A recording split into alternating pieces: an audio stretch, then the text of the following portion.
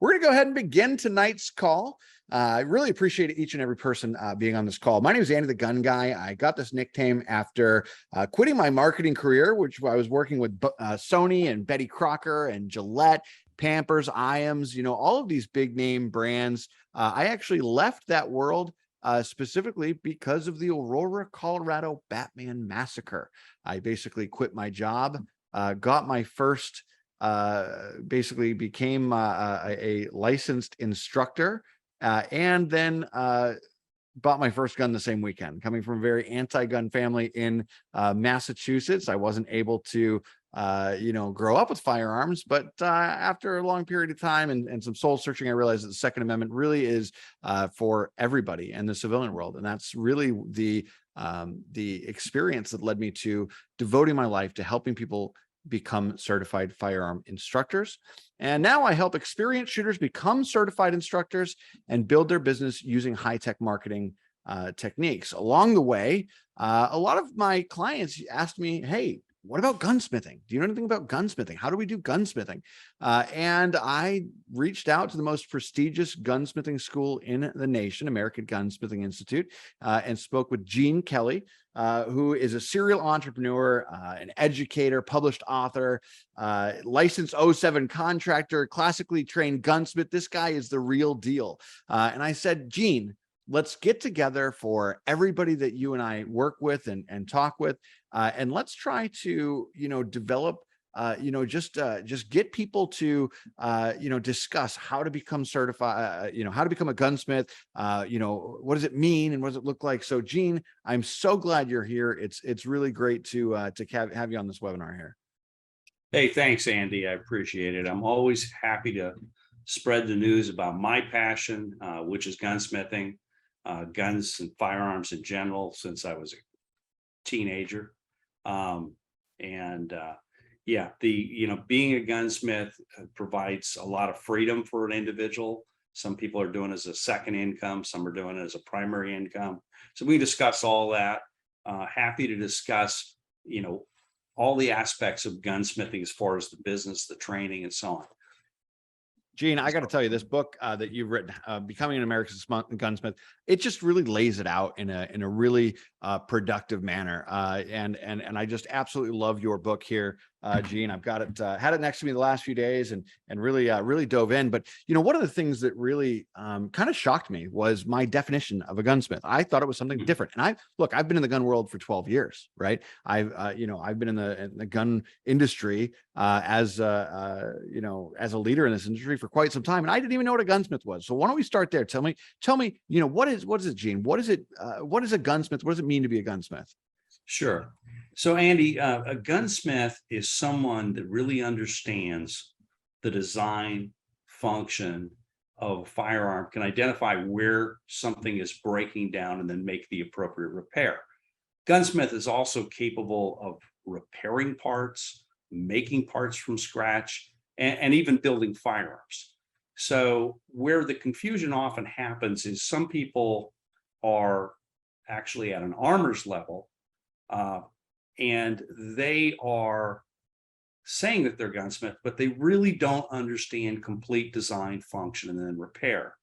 That's really the dividing point, because you have to understand those things to be able to look at a firearm where a part is missing or broken and be able to identify what it needs to do, what the dimensions should be, what are the tolerances, what are the rules it operates under, and knowing each of those subsystems, know how to make the appropriate repair. And or if a part is totally missing, being able to make a part from scratch, which we do fairly frequently in older firearms where the parts are just no longer available. But more commonly, we repair heavily worn or broken parts. When it comes to customizing a firearm, a gunsmith understands what he's doing when he customizes a firearm, because you can actually induce problems. And a lot of problems we see are when people, hey, I added these great little widgets myself, this or that or the other thing. So oftentimes when we're working with a customer, we're asking them, okay, so what is the problem as you understand it? And then we'll ask them about their ammunition they're using, because oftentimes things are ammunition problems, or they were doing their own reloads and they're not right. Or they, did you modify, or do you know of anyone having modified this firearm? That's often very telling, and of course, it's usually not them. It's their brother-in-law did this, right? When I get a gun in in a bag of parts, well, it wasn't me, it was my kid, right. So a gunsmith is capable of doing all those things, but the core knowledge that you must actually have is the understanding of all the systems and subsystems within a firearm, how they are designed to work and function, the interaction between those parts, because most things in a gun happen in series, not in parallel. It's happening so quickly, it seems like it's all happening at once in parallel, but it's really happening in series. This has to happen, then this has to happen, then that has to happen, and so on. So that's a gunsmith. An armorer is someone that understands the core aspects of a particular model of firearm and is able to replace parts. But a armorer is not qualified to modify parts, fit parts, build custom parts, and build firearms, etc. So that's really the two different levels there. And then there's kind of another category of people that really don't understand even those things, and we call those part swappers. They are people just throwing parts at it, hoping to get it right. Gee, well, the third time you replace that, and it didn't work, maybe there's something else wrong. Maybe something's out of tolerance. You don't understand what that part is doing and what it must do. So those are the part swappers. Unfortunately, there's a lot of them out there. Some call themselves gunsmiths. But without that deep understanding of the design and the function, and then knowing how to make the repair, they're kind of wandering around in the dark. So it's a great distinction. So to recap, basically a gunsmith is somebody who who understands so in depth that they can design, manufacture, and really just understand every functionality, every piece that firearm has. Whereas, an armorer is a person that, is kind of a factory trained, right? Sort of factory trained. So they can they can replace parts, and then there's the lowest tier, which is the guy who has a corner store that says Gunsmith on it, and he'll buy a replacement part, pop it in, and not really know if that's even going to solve the problem. Yeah, and that's the wrong way to operate, because you can end up with really unsafe conditions. There's so many little subsystems that you can learn about. There's particular firing pin shape that there should be for centerfire rifles, shotguns, and rimfires, and they're different. There's firing pin protrusion, and there's rules around that. There's rules around lockup. There are different systems of lockup. There's different sear systems and disconnectors and so on. So you have to understand the firearms design in family categories, and then the subsystems and the rules under which they follow. What we tell our students is, when they've gone through the entire gunsmithing program, American Gunsmithing Institute, is they should be able to pick up a firearm, one they've never seen before, be able to analyze the systems that it uses, be able to identify the breakdown point, and then make the appropriate repair. And you do that by understanding the design systems. So for example, feeding or lockup, or again, firing pins or sears, any of these different things. But you pick up a gun that you've never seen before and know where the breakdown is, you can determine that and then make the appropriate repair to it. That's actual gunsmithing, and that's the most common form of true gunsmithing. Then, because most people these days are not building one-off firearms from scratch. It can be done if you understand the rules, the systems. You can definitely do that, but that is not the norm for an average gunsmith. The average gunsmith is working with factory produced guns, and they're either repairing them, maintaining them, customizing them, refinishing them. These are the different types of services you're doing most frequently. Absolutely. Love it. Love it. Listen, the second thing I want to ask is, you've got a very, outstanding career in the gunsmithing industry. For those of us who's just joined, we're here with Gene Kelly, who is author of many different publications and many different books, but the one we're talking about tonight is Becoming an American Gunsmith. Amazing book here that I've had next to me for a few days. But I want to ask you, Gene, how did you get into it yourself? Right? What is your background? Well, I'm like a lot of the guys can probably relate to this. As a kid, I was fascinated with firearms. I mean, my dad grew up in kind of the northern Minnesota area, so he lived, off of what he could harvest with a 22 single shot, right? And then we moved when I was a young kid, moved to the East Coast, and guns were locked away, and I didn't even know we had any. Kind of that liberal environment you're talking about.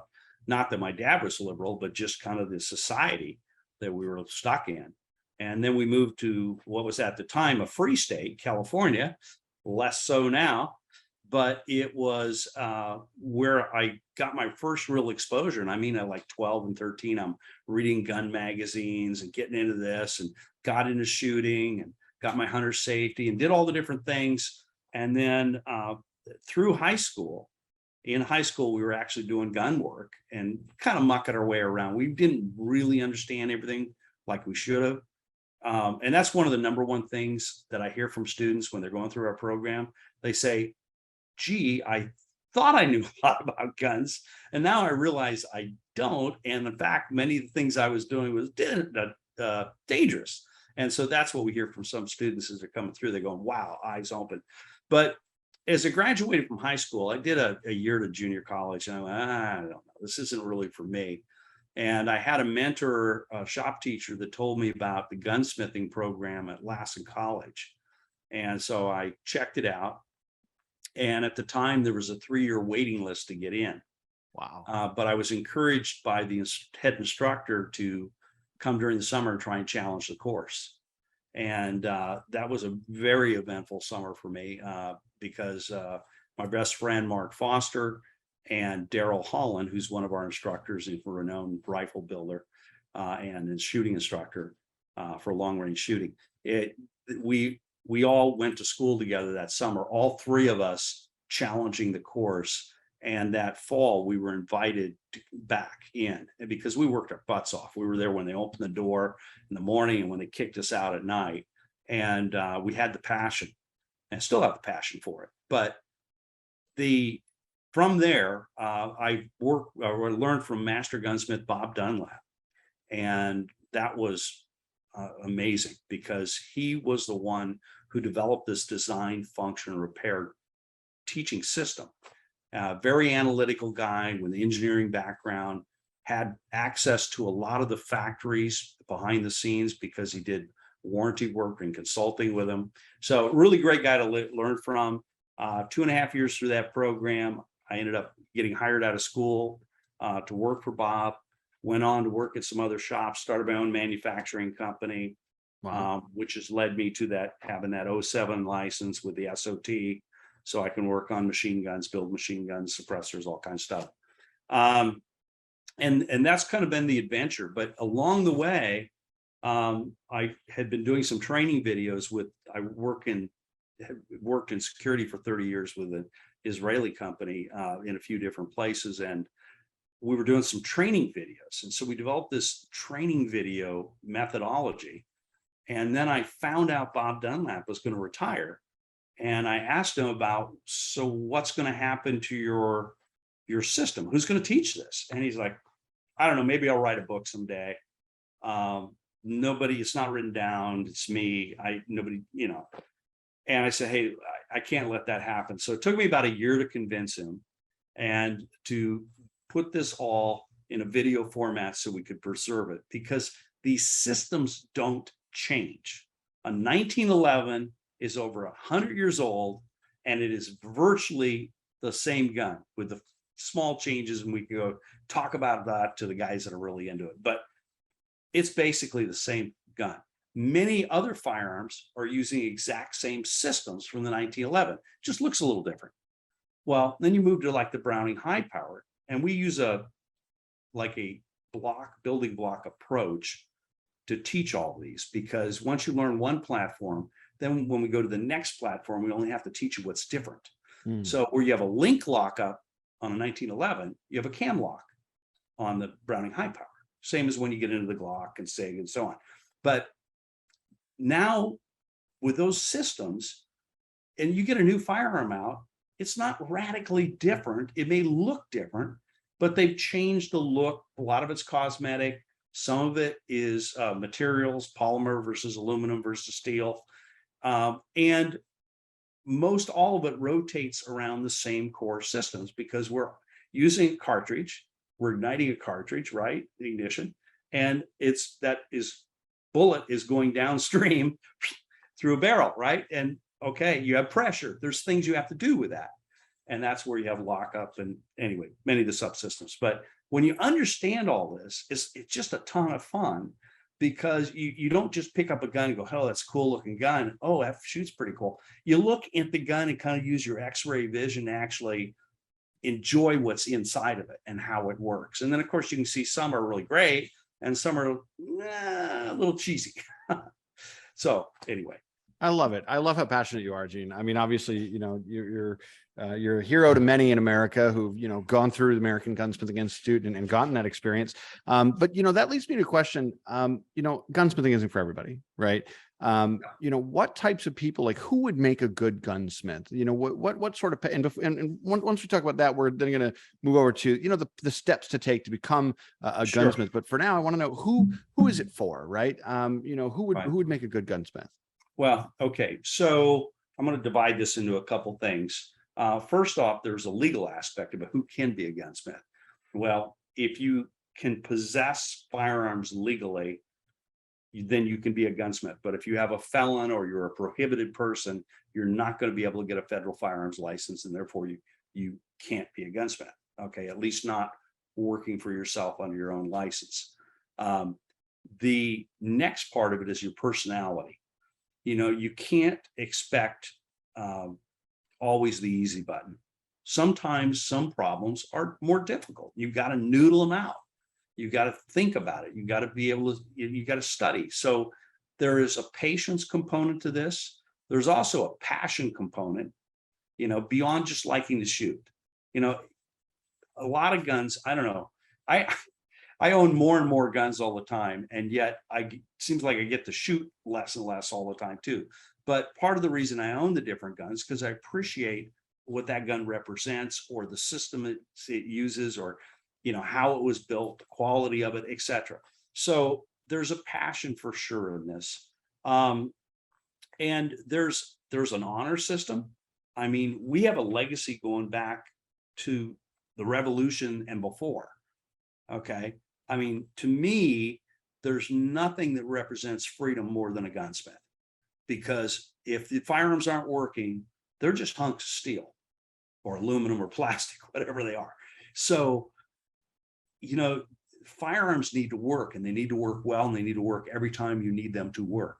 They're also not just a legacy to freedom and self-defense, personal protection, but there's also all those days out in the field hunting where memories are made. I mean, when we do restoration, which is one of the things I really enjoy, I love what I call bringing guns back from the dead. I found this in the closet. This belonged to my grandfather. Maybe a guy's coming in, he's 60 or something like that. I'd love to teach my grandson to use this, take him out in the field. Awesome. So when we can restore that firearm safely and get that back out in the field, that is another cool thing. So anyway, again, passion, appreciation for the history, those are the more important things. Then the willingness to learn. Most of the people I know are lifelong learners. They're excited about learning. And you have to be that, because you're going to come up against some things that you're going to have to noodle out.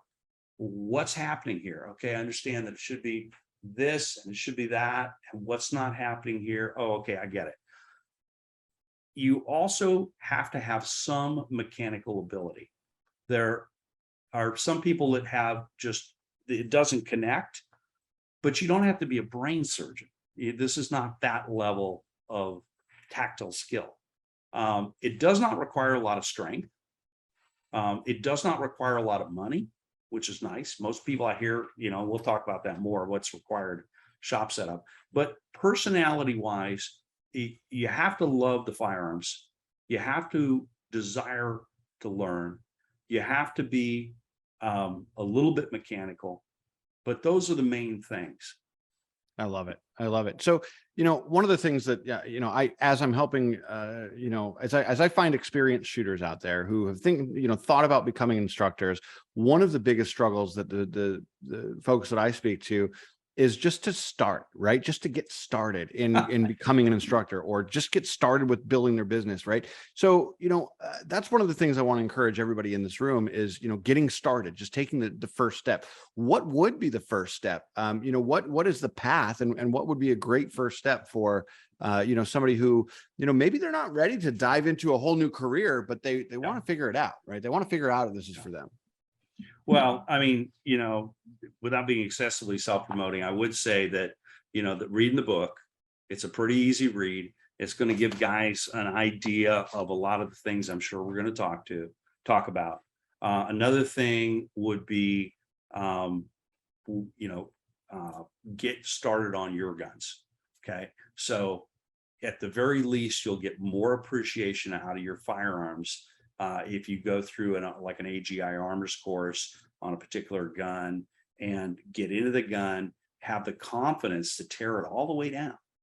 I'm not talking about just field stripping here. I'm talking, if you have the confidence to strip it all the way down, clean every part, identify every part, put every part back together, and have that baby operating properly again, it's a cool feeling. And it's a great starting point because the risk level is low. You're not working on anybody else's gun yet. You're and you can even start with something simple.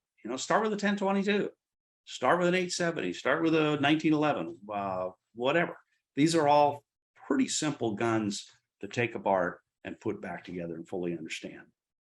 That's really great advice. What is the path from, let's say that they, in fact, I've got the AGI armors course for Glock here, and I went through this, and I carry a Glock 19, and I thought I knew the gun, right? But the only thing I've ever done to it is field strip it. I've owned it. It was literally the first gun I ever bought, right? This just really, just like you said, it really allows me to look at this Glock as if I have X-ray vision, right? And tear it down further and get to know it more. I mean, there are pieces and parts that I never even knew were inside it, right? Awesome little armorers course there. But what is the path? I mean, from, let's say that they grab an armorers course from American Gunsmithing Institute and they just love it. What's next? So we have essentially two levels of our courses. We have what's available at an armor's level. And so an armor's level, you'll understand that one particular platform, whether it be a 1911 or a Glock or 870 or AR or whatever it is. You'll understand that particular platform. You'll understand how to take it all the way apart, and you could do some parts replacement. Okay. That's that level. Some people, that's all they want. That's good for them. And frankly, I think everybody should have that information for any guns they own, especially their serious guns. Okay. Then if they want to become a gunsmith, which they can become a gunsmith part-time or full-time, it's a great retirement income. They apply for, as a student, enroll as a student in the American Gunsmithing Institute. And where we go there is we have multiple levels of instruction. They start at where we have the design, function, repair, the core for handguns of all types, pistols, revolvers, straight blowback, lock breech, single action revolvers, double action revolvers, etc. And shotguns of all action types, centerfire rifles, all action types, rim fires of all action types. That's about 168 hours of training. That is your core. That is what everybody needs to know at a baseline. From there, our higher levels of instruction include how to machine, from everything like, this is a lathe. What does that mean? Here's how you set it up. Here's how you do all the procedures. This is a mill, same thing. And you don't necessarily have to have a lathe or a mill to be doing gunsmithing. just so people know, but it gives you more options, like most tools, right? They give you more options. So the other thing that, and then higher levels is also welding, because even though we teach all aspects of welding, gas, stick, MIG, TIG, plasma cutting, etc., we use TIG welding predominantly in gunsmithing because it gives us the ability to put just a very small amount of weld material, metal, right where we want it without adversely affecting the heat treat of the whole rest of the part. So, and then we cover heat treating, we cover the business operations of being a gunsmith, and we have forms and procedures and advertising material and all that at higher levels. We teach restoration, we teach custom rifle building, custom pistol building. There's many different levels, many different aspects that we teach on based upon our real world experience. And each of them is taught by a master gunsmith, many of them specialize in one area. But it all starts, whether you're going for a master level course, doesn't matter, it always includes that base level core design, function, repair. I want to show you one thing because this is something we've done for many of the guns in the course. This is firearm is unloaded, it's a cutaway, and you'll be able to see, let me see if I can get that in focus at all for you guys. But when it's such a small image there on my screen, but when we use cutaways throughout the course, so we built many different cutaways. And the idea is if I'm talking to you about lockup and locking lug engagement and how this is operating, this, that, or the other thing, it's one thing to hear it. We're about video. We make the cutaway guns and we created dozens and dozens of them for the course so that you can actually see, oh, that's the lockup between the barrel and the slide. I actually see it happening there. Got it. Okay. And that is how we teach, because if a picture is worth 1,000 words, then moving pictures with words instructed by the instructor is worth tens of thousands of words. So that's fascinating. So a lot of guns had to die. Well, you don't see it that way from our standpoint, because this gun cut away may not go out to the range again, but it still has a valuable piece in our society as an education piece. And I can get just as excited about this gun going through it and how it's on. This is CZ 75 as a gun that has not been altered. Okay. Because I know the knowledge transfer from that is going to be transferred out to everybody. And we did the same thing. You saw it in the Glock course. That was actually a factory Glock cutaway that we use in that. But it's really insightful. It really is. It really brings it to life. And seeing it, instead of like a 3D, model, right? It's the actual firearm. It really brings it to life. So, I want to ask you, Jane, what sort of incomes, right?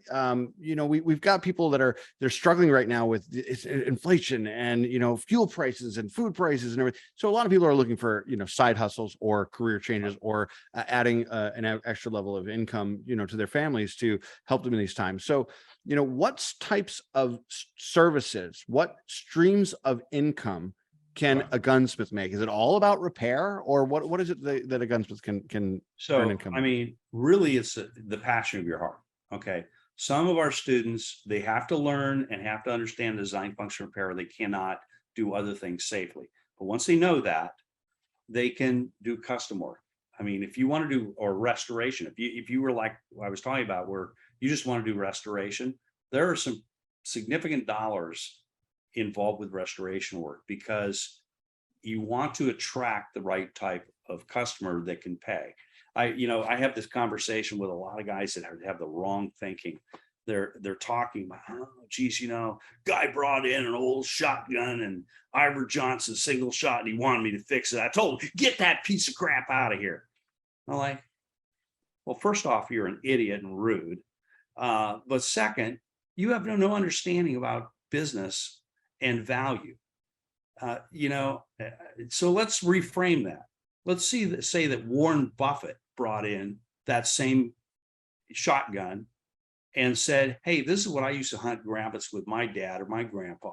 Could you restore this for me? What do you think he would be willing to pay for that? Okay. Uh, he's got a bigger checkbook than I do by about 1,000 times or 100,000 times or whatever. He can pay what he wants. It doesn't matter. It's about the value of what you're doing. Same goes for modifying a carry gun. It happens all the time where you pay 2 and 3 and 4 times for the custom work of what the original gun cost. What's with that? Well, it's the value to the individual, right? I want my carry gun to be what I want it to be, and I'm going to pay whatever it is. So there's a lot of wrong thinking around gunsmithing, and we help people with that. As far as what people charge, it's all over the board because there's different microeconomies all across the country. If you're doing gunsmithing in New York City, you're going to be like the only one, but you can charge whatever you want. I mean, no kidding. We had a dear friend there passed away just a couple of years ago, and that's what he was doing. And other parts of the country, if you're out in the middle of the Midwest and you may have a lower cost of living, you can charge a lesser amount to be in line with that. I usually tell people to start at about half the price of what their local automotive shops are charging, because you don't have the kind of overhead that an auto shop has. But just like an auto shop, the idea is to get more organized and more knowledgeable so you can do the jobs faster. So if you're flat, and we do have a flat rate book that goes with our master course that tells the students, hey, this is the amount of time it should take you to do this. This is your target. Multiply that by your shop rate, which will vary across the country. And this is what you should charge. And that gets them started at least. So it removes some of that mystery. But, I'm not going to tell somebody they're going to get a .com bajillionaire income from this, but they don't need to starve either. They can make a very solid living. And we have some of our Smiths are making 6 figures a year. So it's really up to you what you want to do. It comes down to number of transactions, value per transaction, and the amount of time that you spent on that. Okay. So if you are running a special for Smith & Wesson double action trigger jobs to your email list or to your customer list, and now you do a bunch of those together, you're going to get faster on each one of those jobs. So you'll make more money. If you do like some people I know love to not know what the next thing is coming through the door. They want the adventure of all these different guns and problems showing up. That's fine too. Just understand there's ways to amplify the income. We share that with people as well. So second income, absolutely great. Primary income, it can be great as long as you're dedicated and willing to be smart.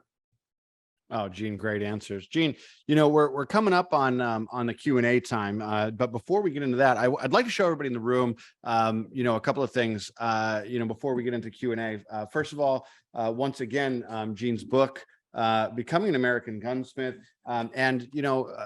This is the one that I started with, right? American Gun Institute, Gunsmithing Institute, Armorer's course for Glock pistols. And it just really opened my world. But I said to Gene, when I approached Gene at American Gunsmithing Institute, I said, look, I want to give a webinar. I want to, introduce people to, the world of gunsmithing and really get to understand it myself. What can we do to get people started? Because that's a key note that you hear me say to my future instructors all the time is get started. Just do something. And Gene actually took it upon himself to work with his team. And I'll show you a little bit about what's going to happen next. Everybody that's in this call right now is going to receive this email. In fact, while we're here together, I will hit the send button. And what you're going to see is this offer here that Gene put together with a coupon code to get Gene's book that we've been talking about for free, and also Professional Gun Cleaning Secrets, a full DVD course for free. I'll show you that in a second here. I'm just going to hit the send button and actually send this to everybody that's in this call right now. We just sent that out. It'll be in your inbox right now. But What the email is going to invite you to do is head over to americangunsmith.com, and you're going to see a link for their courses here, right here at this tab at the top. It's got AK-47s, AR-15 trigger jobs. It's got your armorers courses. And what I really suggest you to do at the very least is grab your version of the armorers course for the Glock and use the coupon code that's in your email. It's ATGG 22, Andy the Gun Guy, ATGG 22. And what that's going to do is when you use that coupon code, it's going to give you those two items for free, both becoming an American gunsmith and the professional gun cleaning secrets. And this is our way. This is Gene's and our way, not to make $1 million off this, but really to get you to do something. Times are tough right now. Things are getting, more and more difficult in this country. And we need to at least take a step forward to find out if this is right for you. And then you can get with American, once you've taken that first step to really identify, is this for you? Whether it be with a SIG or an AR-15 or a revolver or whatever your favorite gun is, just do something. American Gunsmithing Institute will then be able to walk you through this journey. This is what they do. They transform you from, what you are doing right now to being one of those master gunsmiths. And they've got the business side of things, and they've got the physical hands-on side of things. So I want you guys to do that. That link is in your inbox right now. But again, that's americangunsmith.com. Hit the courses button and then use coupon code ATGG to grab those gifts. Now let's go ahead and open up to questions. We've had a couple of, go ahead. Before we do a couple things, Andy, number one, I think that also included free shipping. I think that we did that for everybody. You're right. Oh, thank you. Okay. And you'll want to look at the armors courses. We have 66 different armors courses, each for a family of guns. So the 1911 covers really pretty much all 1911s. Same with the AR, same with, any of those families. So same with the Glock. There's one for the Glock, covers all the different frame sizes, covers the different generations, etc.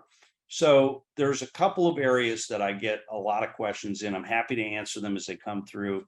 But one is, do I need a federal firearms license? Is it tough to get? Won't they come in and raid my house and all this crazy stuff? And I can give you answers to that. Number two is about tools. People spread ideas around, oh, you need a full machine shop, got to spend $100,000 in tools. No, you don't. A lot of gunsmithing is done on a 6-foot bench, and part of the reason for that is how big is that, right?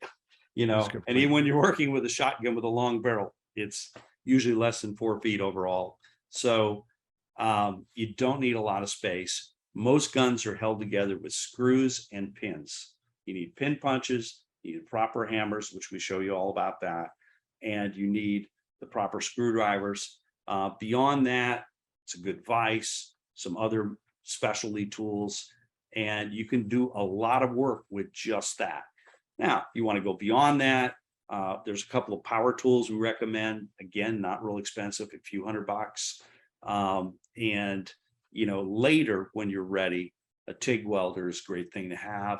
Again, for a more advanced gunsmith.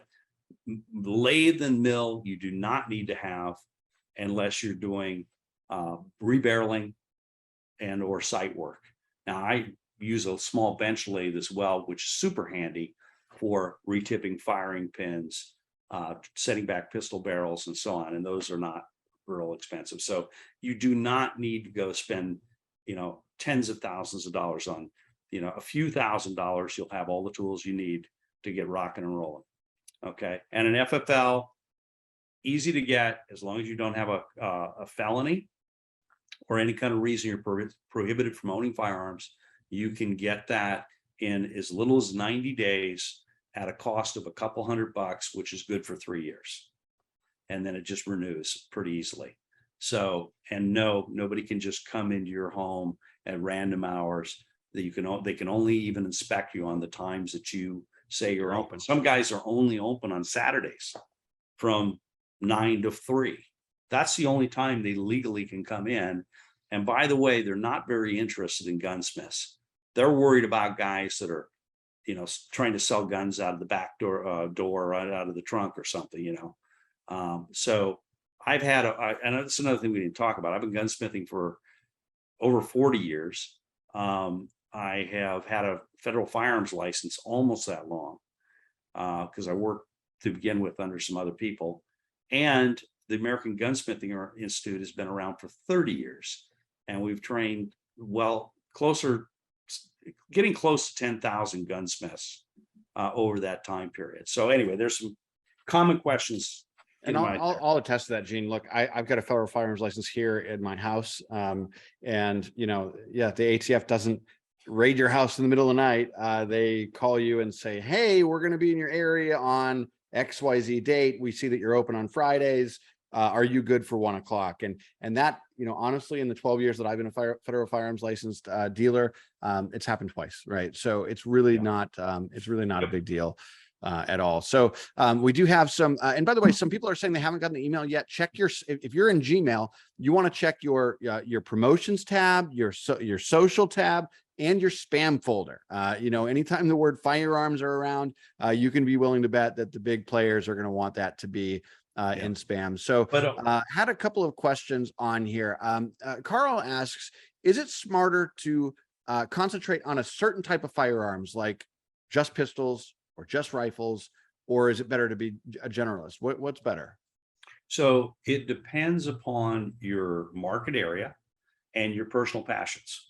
So if you're like, hey, shotguns don't really even interest me, I'm all about handguns, well, then I'm definitely going to say, then make your business about handguns. And by the way, if you get to be a well-known custom handgun builder or shotgun, if you were into shotguns doing that, you can have guns shipped to you from all over the country. You do not just need to get the firearms from your local marketplace. And we do that through the Gunsmiths, through the Gunsmithing Club America. We haven't even really talked about that, but it's an ongoing membership site that we have for our students and people that are into gunsmithing. And we share tips like this back and forth. And we just had somebody posted on there, hey, I'm looking for another source for bluing. So he's going to ship his bluing work to that guy and so on. So you can get work in from all over the country. And as far as specializing, again, it comes down to what do you like to do?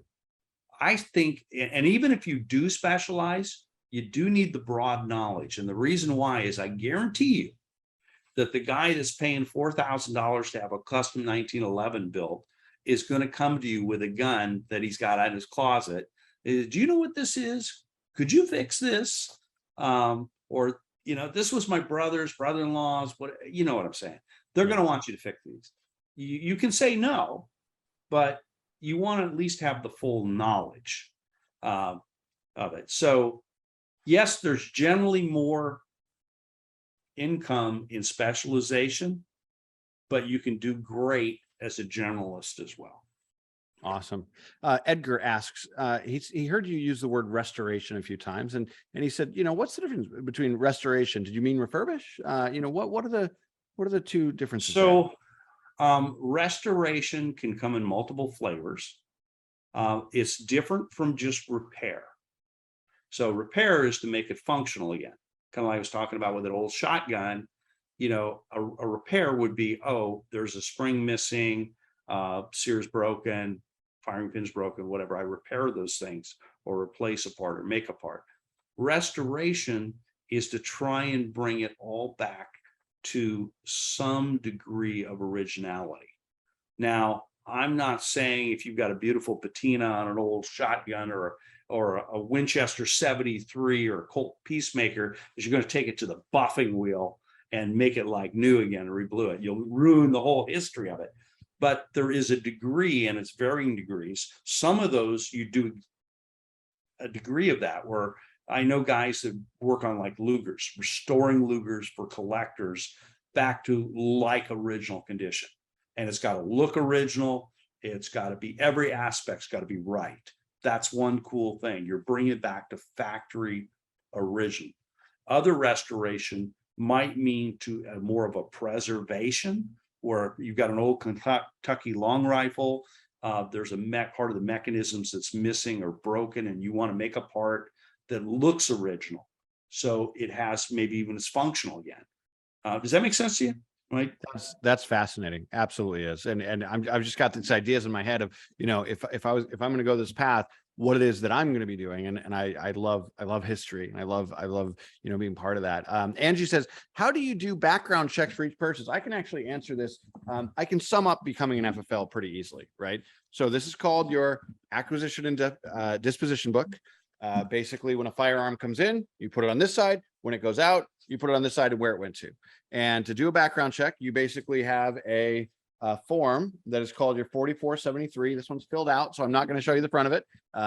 No, I don't want to give Randy's information out. Randy's actually in this call tonight, but basically this is your form, and it's 2 pages, and you fill it out. You have the customer fill it out, and you submit it to the National Instant Criminal Background, or NICS system, and you wait from 5 minutes to 3 hours, depending on how busy they are, and they let you know, yay, the guy or girl is good to go, or nay, you're not good to go. And that's really what being a federal firearms license is. On top of that, you have access to distributors that you can buy guns at wholesale and actually make some profit that way as well. Besides just repairing and restoring, you can sell, and it's the same process. Gene, do you have something to add? Yeah, a couple more points is we include a full step-by-step package for every one of our students, including the A&D books, the gunsmithing repair logs for end tags for bringing the guns in. But one of the cool things is you don't have to do a NICS check when you return a firearm to somebody who brought it into you. So somebody brings in a gun for repair. If it's going to stay overnight, then you need to log it in your books. Then when they pick it up, you just log it out of your books. But if it comes in just for something you're going to do right now, like put on sights or something, you can do that right now, and you don't even have to log it in and log it out.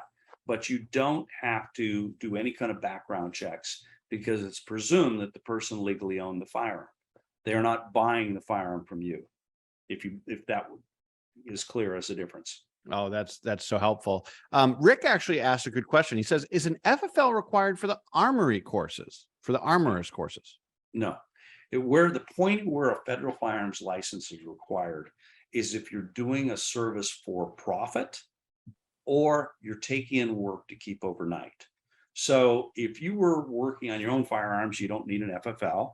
If you're working on your friend's firearm, and you're not charging them for it, and you're not really keeping it more than a little while, you probably don't need an FFL at all.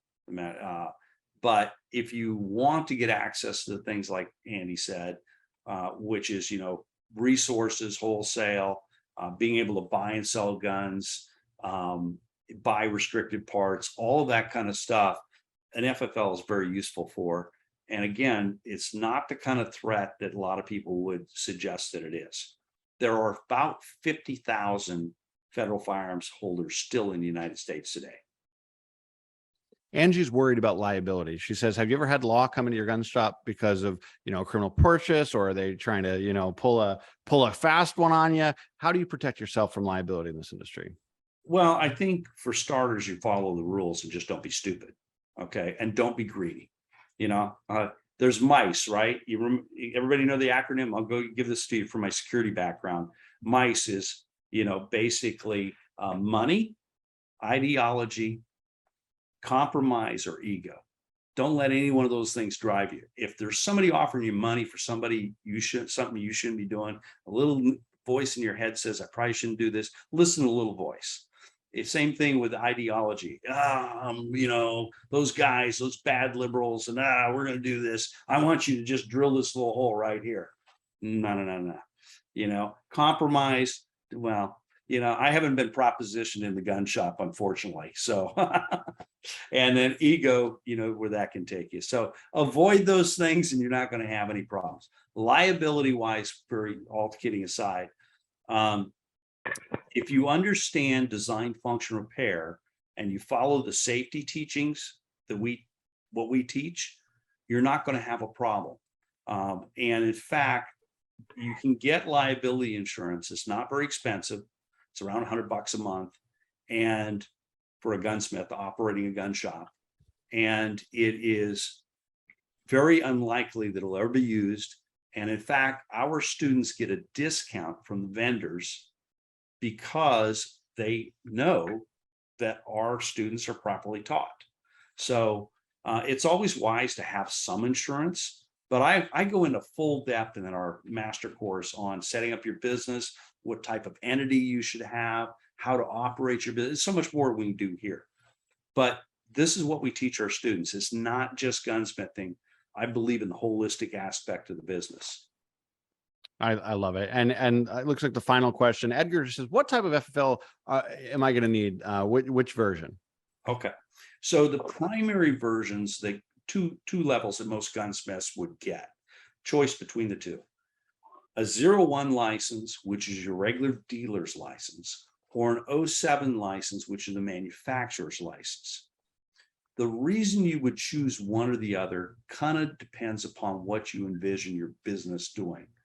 So if you're going to be manufacturing firearms, which means you buy in the receiver, you buy in the barrel, you thread the barrel, you put it in the receiver, you build it, you bed the stock, you do it, and then you sell the whole entity to somebody, that's a manufacturer. If you're doing assembly and repairs, that is just a regular gunsmith. And there is no separate license for gunsmiths, by the way. That would be just a regular 01. So I recommend that most people get a type 1 license. It's the easiest. You have less reporting as a manufacturer. Every year you have to file a report of the firearms you manufactured. And if you manufacture more than 49 firearms a year, you have to collect and pay excise tax of 11% on the firearms. So for most people, it's easier not to deal with that. But again, it's a matter of what you want to do. And putting a new finish on a firearm, bluing it or Cerakoting it is not manufacturing, in spite of what some people will tell you. It's not. Okay. I use cars as an example. They have a VIN number. You do some body work to it, you put a new paint job on it, you tune it up, you're not manufacturing a car. Okay. And the difference is in that assembly for sale. Does that make sense? It does. It does. So a couple of questions just did come in. Carl, is it necessary to have both the 01 and 07 just to be safe, or go with one or the other? I would go with one or the other. You can have more than one license. You can have more than one licensed location. But I would recommend, if you think you're going to be a manufacturer and you really understand what that means, then go with an 07 license, because it supersedes an 01. With an 07, you can still do all the same things that an 01 does. The difference is you can manufacture, but you have the responsibilities that go along with manufacturing, which is reporting excise tax and so on. Got it. And then Dan, are AGI courses available in digital format, or are they all, like the physical, DVD and things like that? Yeah. Some of them are available in both. We're moving more and more online. The thing we hear back from a lot of people in this digital world, where less than gun friendly people are controlling it, is that more and more of our students, even the ones that enroll in a digital format, they end up deciding they want the DVDs because they don't want anybody, choking off the knowledge to them. They like the fact that one of the big dangers actually about digital is, how many of you guys ever went to look for something on YouTube, and the next thing you know, an hour later, you're watching dancing cats and people blowing stuff up, right? You waste so much time. So with the DVDs, you literally go, they're all indexed, and we have a master index for all of it. So if you're looking for a particular firearm and a particular repair under that, you just go to that section. So DVDs is the primary for particularly the bigger courses, but we do have digital offerings as well. Streaming, I should say. Awesome. Carol says, I'd like the DVD. And once again, I'm just going to share my screen and show you guys, I've sent the email out already that has a link to americangunsmith.com. And you're just going to hit the course. Go to the Armor's courses if you can. What's that? Go to the Armor's course. You can. Right here, the Armor's courses there. Yeah. On the left-hand side. You're going to see, that there's there's 60 different firearms there, families. So, and some fun stuff too, some full auto stuff. I am an SOT, special occupational taxpayer, that, that covers automatic weapons and so on. But if you look at a particular gun, it's a family of guns. They're Smith & Wesson revolvers, covers that one course, covers all the frame types. So you're going to cover your J frame, your K frame, your L frame, your N frame, etc. Same goes with most of these.